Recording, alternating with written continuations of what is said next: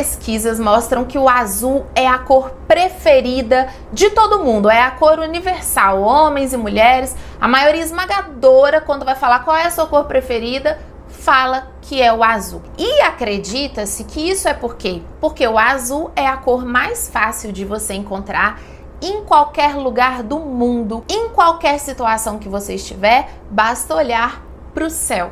E aí isso faz com que o azul passe uma imagem de confiança, de uma coisa estável, que não muda. Você pode contar com o céu azul. É claro que ele fica nublado, né? As nuvens tampam, mas você sabe que o céu azul está lá. Além do que, se a gente fosse escolher uma cor para a água, a maioria das pessoas escolheria o azul, que também representa os mares, rios, lagos, que faz com que a nossa terra seja majoritariamente azul. Então aquilo que é confiável, seguro, que não muda, que você pode contar, que a pessoa vai estar ali para você, o azul ele passa todas essas características. Por isso que é usado nas bandeiras do conservadorismo. Só que o azul, por ser uma cor fria, traz nele muitas características que são femininas, que são a passividade, a introspecção, por se relacionar à água também, e a água é um elemento puramente feminino. O azul transmite a calma, todas essas características que são do aspecto yin, do aspecto feminino. Então, por muito tempo, o azul era considerado uma cor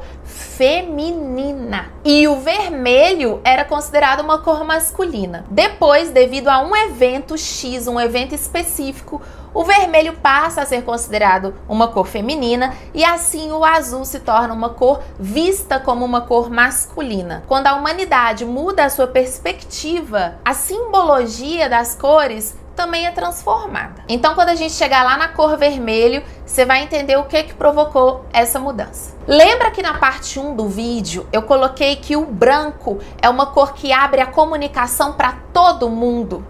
E o preto é uma cor que fecha a comunicação em uma pessoa só? O azul, ele vai estabelecer a comunicação de um para um.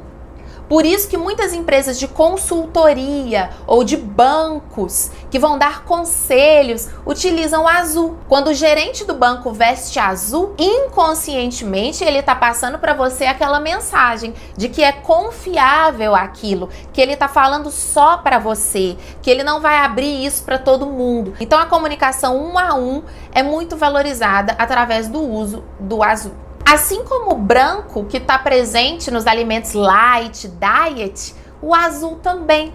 Ele faz com que a gente sinta menos apetite. Quando você está num ambiente azul, principalmente um azul clarinho, né?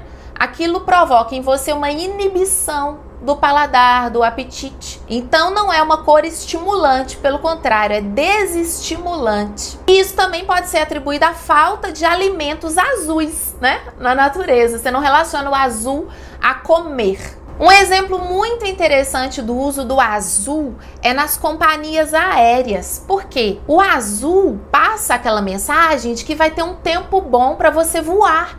Muitas pessoas têm medo de voar, né? Então o azul vai transmitir tempo bom, céu limpo, sem nuvens. É seguro voar naquela companhia que tem a cor azul.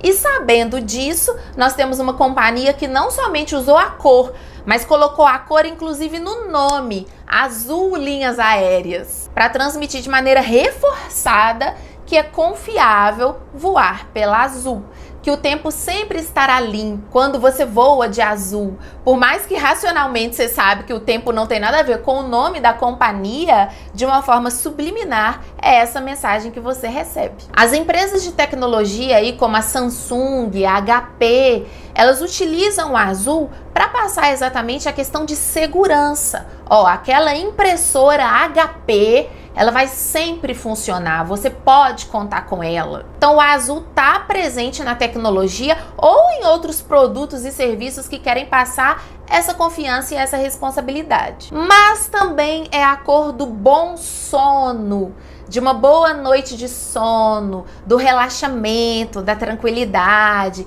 Então tá presente em produtos, em serviços que vão fazer com que você durma melhor. Azul também se relaciona à proteção e por isso está ligado à liderança e à fé. Veja bem, o azul, quando ele tem um tom mais escuro, principalmente indo aí para o anil, ele vai falar daquela proteção dos anjos, daquela proteção espiritual. E o azul um pouco mais claro que o anil, é aquele azul intermediário ali, ele está presente nas camisas sociais dos palestrantes, por exemplo. Põe uma camisa social azul escuro que você vai evocar essa questão da liderança. Proteção, segurança, confiança, sono, espiritualidade, só características positivas, né? Mas um pouquinho de cuidado com o excesso dessa cor, porque como é uma cor fria, pode fazer com que a pessoa fique excessivamente introspectiva, perdida lá no mundo interior, no mundo dos sonhos, até mesmo sonolenta ou apática, quando ela tiver que lidar com situações que pedem atitude e iniciativa. Pessoal, cinza é a cor do Mike, que acabou de entrar nesse vídeo aqui. Mike tá comendo minha planta, tá comendo meu cenário e eu vou removê-lo. Filho, vou fazer uma remoção de gato. Vem. Remoção de gato. Remoção de gato. Eu sou cinza, mamãe. Eu vim representar os cinzas. Oxe, não pode ficar comendo meu cenário, delícia de gato. E o cinza é também a cor da neutralidade. Então você pode usar o cinza tranquilamente com qualquer outra cor, que a outra cor vai predominar, vai destacar. Quando você quiser passar uma imagem de imparcialidade, de falar eu não estou envolvido nessa questão, eu não estou fazendo um julgamento, eu estou neutro, imparcial, o cinza é a cor mais adequada. E por remeter ao prata, que é uma cor futurista, o cinza também traz esse sentido, né? Essa mensagem de ser futurista, de ser visionário, de pensar lá na frente. Todos os filmes que a gente assiste de ficção científica é cheio de cinza, de ferro, de metal, de prata. E por isso essa cor é muito interessante para marcas que trabalham com inovação e tecnologia. Então a dupla aí, azul com cinza, é uma dupla muito usada nessas empresas de tecnologia, de eletrônicos, celular, computador e coisas do tipo.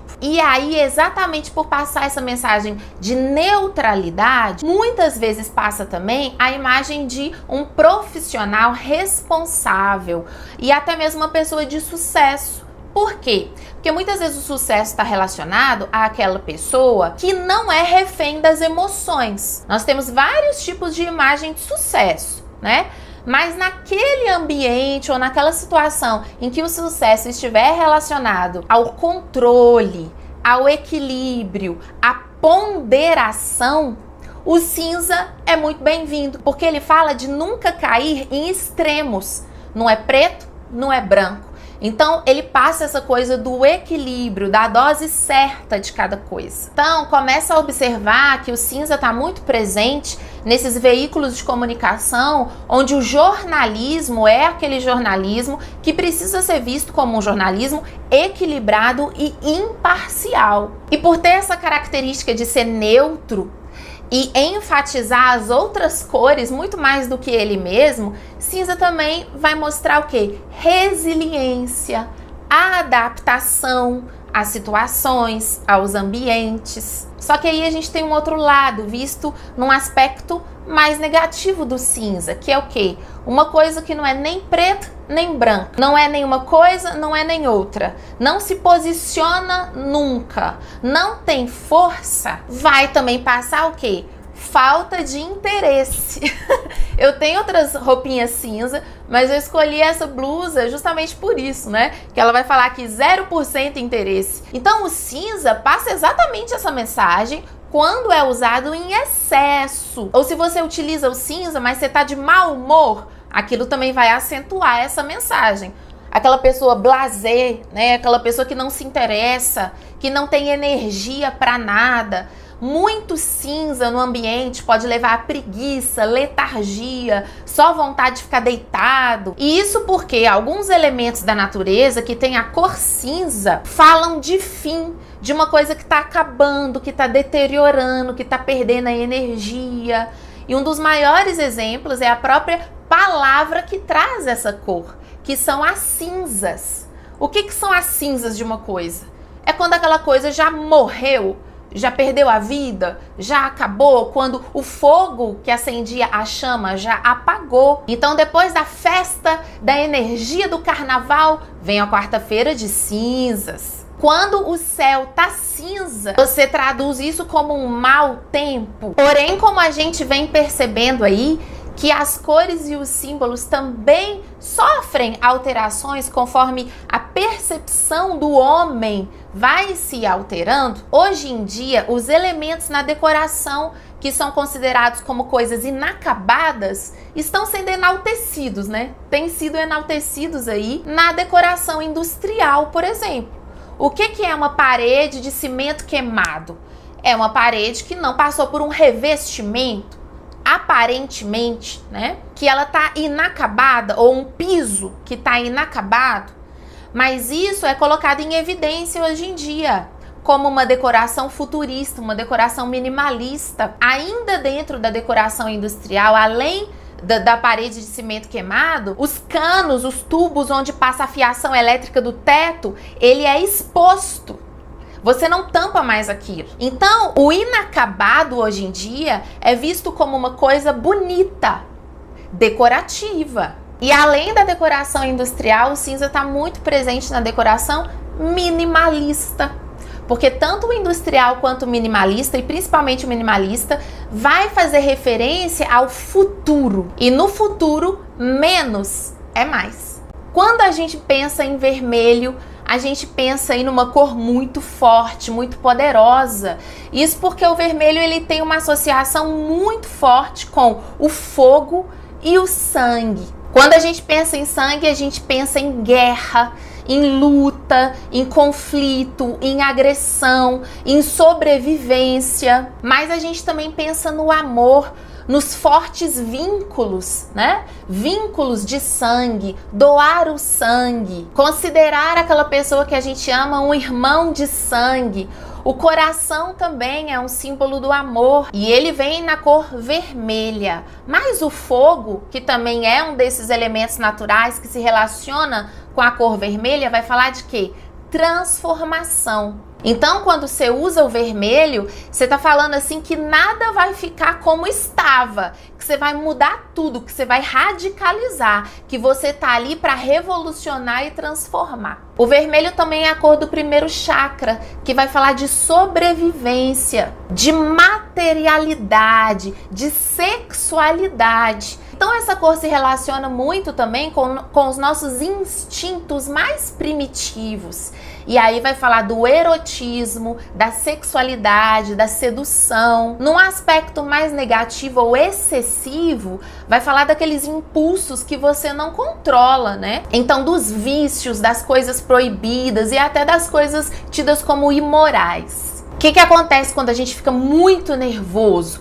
A gente fala que o sangue ferve ou que o sangue sobe para a cabeça e deixa a pessoa vermelha, ou vermelha de raiva, ou vermelha de timidez.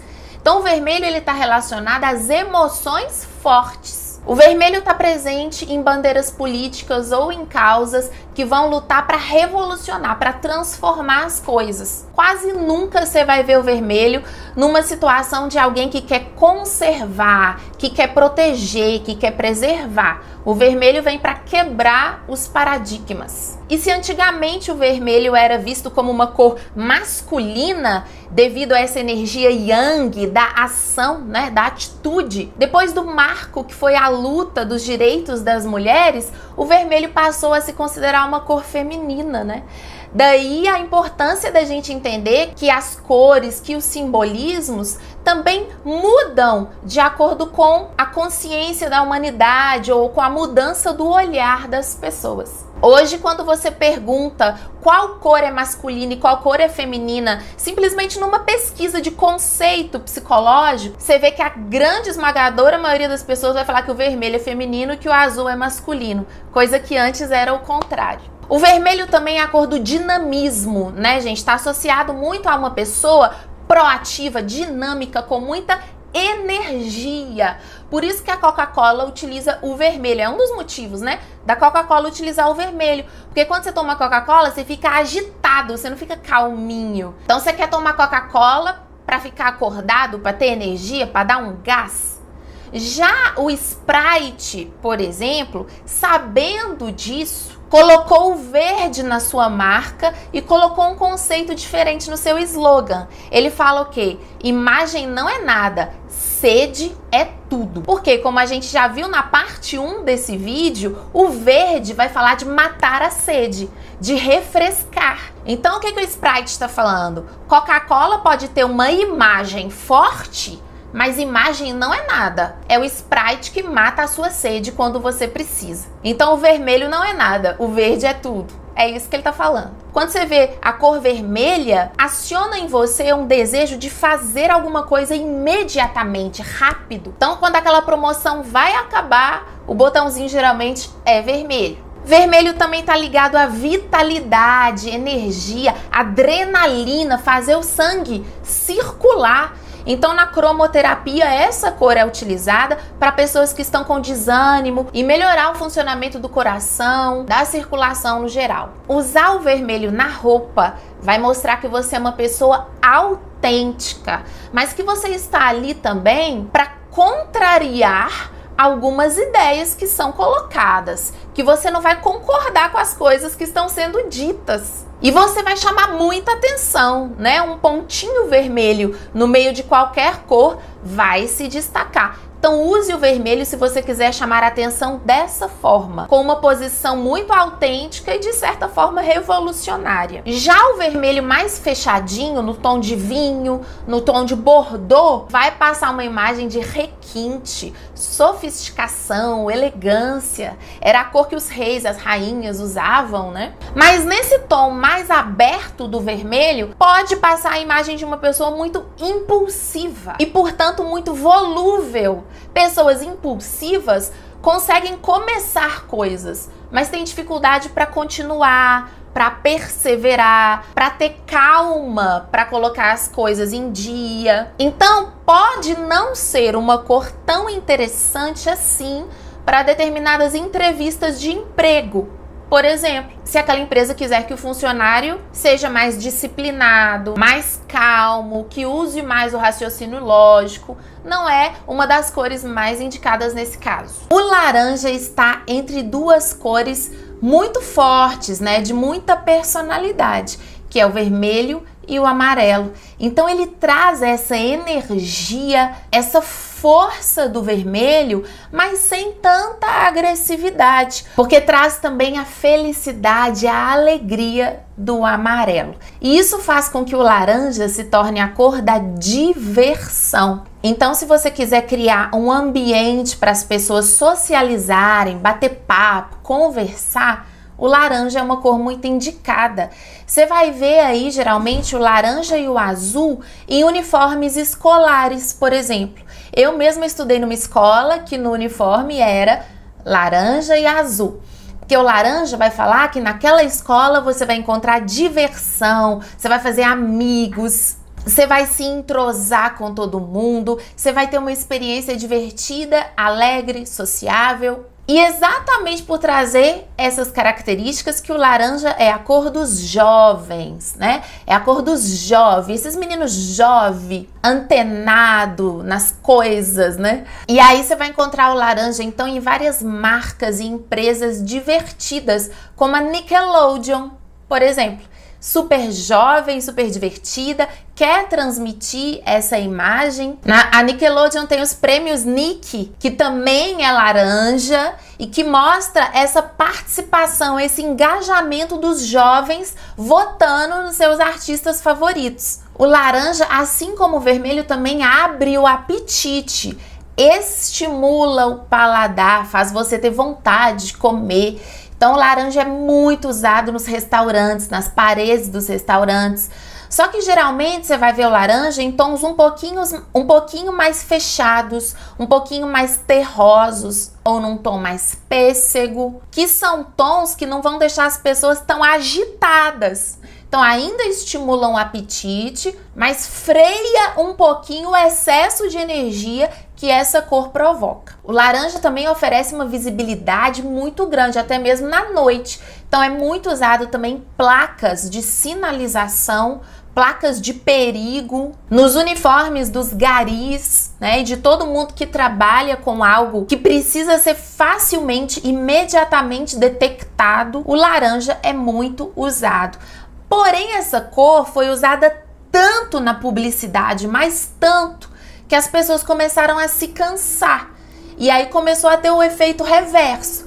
Então lembra que a gente sempre fala aqui que a cor ou que um símbolo, ele sofre alterações de acordo com a mentalidade das pessoas. Na década de 70, quando as pessoas começaram a consumir demais o plástico, tudo que era plástico e que era sintético começou a vir nessa cor de laranja. Então lá no começo da década de 70, as pessoas sentiam orgulho dos seus materiais sintéticos. E o laranja é uma cor extremamente difícil de encontrar na natureza. Essa era uma cor que era produzida de uma forma sintética. Então, provavelmente você ainda tem na sua casa, ou na casa da sua mãe, na casa dos seus avós, aquele espelhinho de moldura de plástico laranja.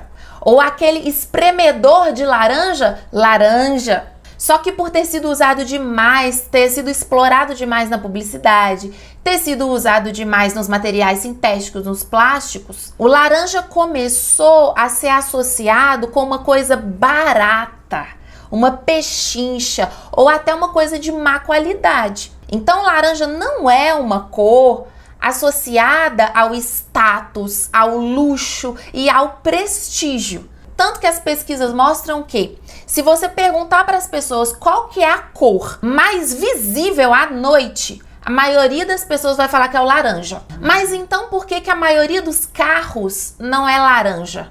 Por que se encontra uma grande dificuldade de vender um automóvel laranja? Laranja vai fazer com que o automóvel seja muito seguro, porque mesmo na neblina, todo mundo vai encontrar o seu carro, todo mundo vai ver você. Mas ninguém quer comprar um carro laranja, quer comprar um carro preto, que na teoria traz muito menos segurança e visibilidade numa neblina, na noite. Mas como a gente já viu na parte 1 desse vídeo, o preto está associado ao status, ao luxo, a uma coisa única. E o laranja está associado a uma coisa que é da galera, que é do povão e, portanto, barata, sem prestígio e sem muito valor associado. Usar o laranja nas roupas vai passar uma imagem amigável, sociável, de uma pessoa aberta para comunicação, de uma pessoa rápida, ágil, criativa, bem-humorada, espontânea, mas também de uma pessoa inconformista. A gente não pode desassociar o laranja do vermelho, né, gente? E o vermelho vai falar de uma pessoa revolucionária.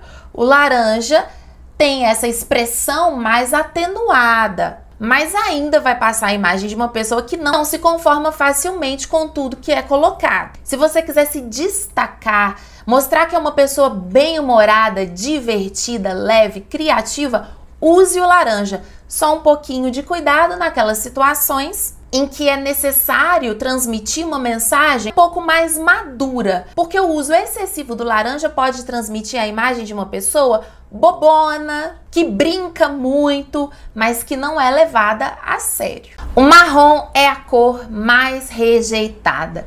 17% das mulheres e 22% dos homens escolheram a cor marrom como a cor que menos gostam, entre todas. O marrom é associado a tudo que é feio, que é intragável, que é antipático.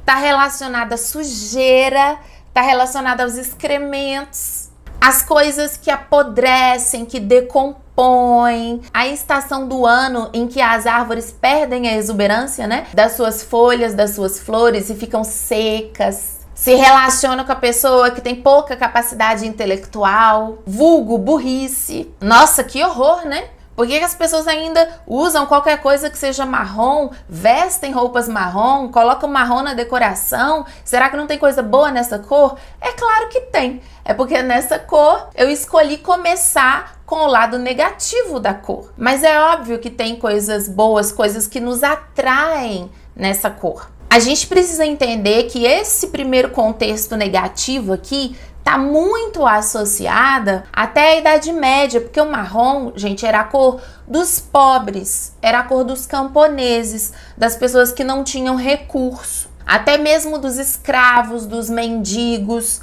Isso por quê? Porque o marrom é a cor do natural, é a cor do rústico. Fazer uma casa de mármore era coisa de gente rica. O pobre fazia a casa com os elementos naturais, com os elementos da natureza, com o barro, com a madeira. E esses elementos têm a cor marrom. Então era a cor das pessoas que não tinham poder aquisitivo. Era a cor das pessoas que muitas vezes viviam na sujeira, em locais insalubres. E por estar tão relacionada à pobreza, muitos monges que fazem voto de pobreza têm os seus mantos aí na cor marrom, não é à toa. Só que com o caminhar da história, as cores mais vibrantes, como a cor vermelha, por exemplo, ou até mesmo a cor púrpura, começaram a ser vistas como cores bárbaras, né? Como cores violentas ou como cores que vão remeter à extrema luxúria. Então passou a ser feio usar cores muito vibrantes, muito fortes, que se destacassem. E características como simplicidade, humildade começaram a ser valorizadas. Logo, o marrom, que remetia a essas qualidades, passou a ser valorizado também. Então, hoje em dia, uma coisa rústica, uma coisa simples, uma coisa na madeira crua, é até muito caro. É até muito mais caro uma coisa no seu estado natural, né? Tem designers que pega lá um tronco de madeira, põe um tronco de madeira e pronto. O tronco de madeira é a mesa da sala da pessoa. E é caríssimo. Então a simplicidade, o natural, o rústico passou a ser valorizado de forma positiva. Por ser uma cor facilmente encontrada na natureza, o marrom vai trazer a sensação de conforto, aconchego, estabilidade e segurança. Então, aquela imagem que a gente tem no nosso plano mental de uma cabana no inverno, só que dentro da cabana tá quentinho, uma cabana de madeira, com uma lareira acesa, uma cadeira de balanço, né? Então a gente tem uma visão do que é uma casinha aconchegante. É uma casa cheia de elementos na cor marrom. Por isso, quando você quer passar a imagem de uma pessoa madura, que tem ideias consolidadas, que é firme nas suas posições, que não é uma pessoa que troca de ideia toda hora, pelo contrário, é uma pessoa que mantém o status quo, mantém tudo do jeito que é, uma pessoa organizada, você vai usar a cor marrom. Ela pode remeter a coisas antiquadas, a coisas ultrapassadas, a coisas velhas, a ideias antigas. Quando você pensa em uma biblioteca muito antiga, com aqueles livros antigos, empoeirado, né? Aquela poltrona de couro velha, empoeirada, aquelas estantes de madeira antiga, é tudo marrom. Um ambiente muito marrom passa também essa impressão de uma coisa datada, de uma coisa que já foi. E olha como é interessante, tanto o cinza quanto o marrom são cores tidas como cores neutras, certo? Porém, o cinza é uma cor futurista, é uma cor arrojada, é uma cor de quem pensa milênios lá na frente. E o marrom é uma cor mais ultrapassada, uma cor extremamente conservadora. Pode passar a impressão de muito moralismo. Então, um pouco de cuidado com o excesso dessa cor, na mensagem que você quer passar, tanto na decoração quanto ao se vestir. É uma cor excelente para embalagem de produtos orgânicos, produtos reciclados, orgânicos, que se preocupam com o ambiente, porque vão falar do quê? Da simplicidade e da segurança. Aquele é um produto simples, natural, orgânico.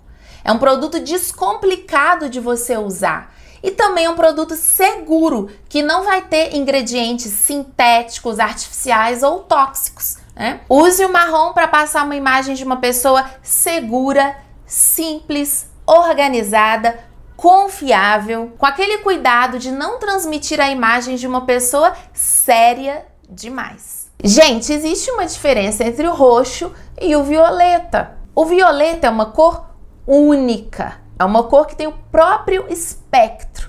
Então, quando você vê o arco-íris e você vê todas as cores, essas são cores espectrais. E o violeta é uma delas, é uma cor específica.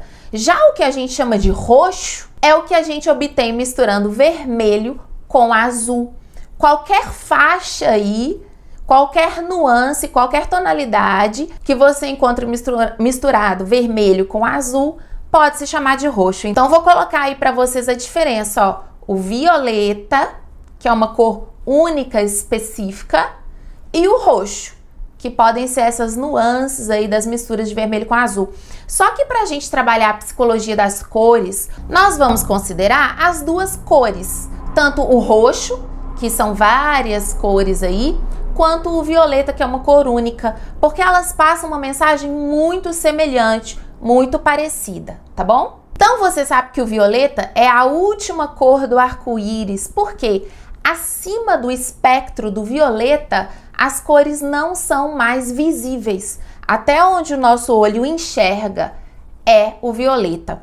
Passou dessa frequência, a gente não vê mais. Passou dessa frequência, é o ultravioleta. E é exatamente por isso que o violeta é considerado a cor da magia, do mistério, porque é a cor que toca o invisível. E o roxo também é considerada essa cor misteriosa, essa cor mágica, porque vai unir o vermelho com o azul, o masculino com o feminino, ou vice-versa. Vai unir a matéria com a espiritualidade.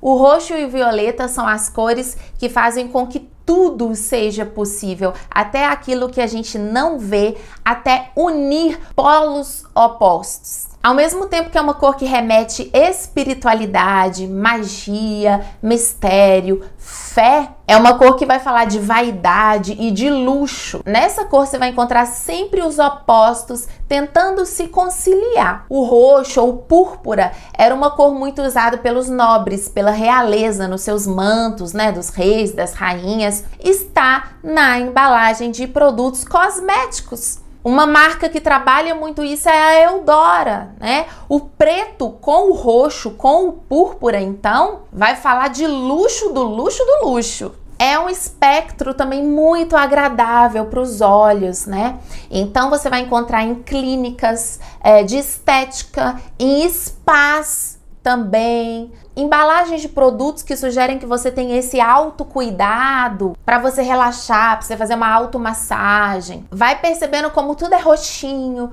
é lilás, é uma cor que provoca relaxamento. O roxo e principalmente o violeta vão falar de elevação. Tudo que me eleva, tudo que me coloca em contato com o alto. Então eu posso me elevar, me tornando uma pessoa muito espiritualizada. E aí também é a cor do chakra da coroa, é a cor do chakra que vai fazer esse meio entre o mundo espiritual e o mundo material. Mas eu também posso me elevar, me tornando uma pessoa extremamente poderosa, extremamente rica.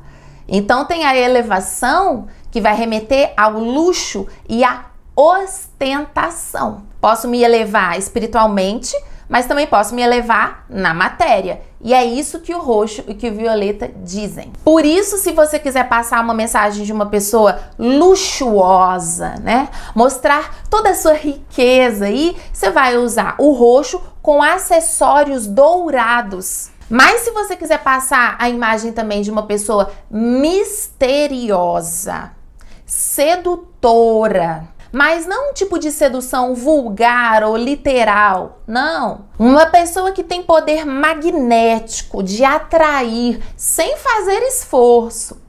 O roxo vai transmitir essa mensagem. Uma pessoa naturalmente misteriosa. E geralmente quem é misterioso, quem tem um mistério, é alguém muito cativante. É alguém poderoso. Só que é aquele cuidado, né, que a gente tem que ter com o excesso da cor ou a cor no momento que não seja tão adequado. Porque pode passar a imagem de uma pessoa excessivamente vaidosa, certo?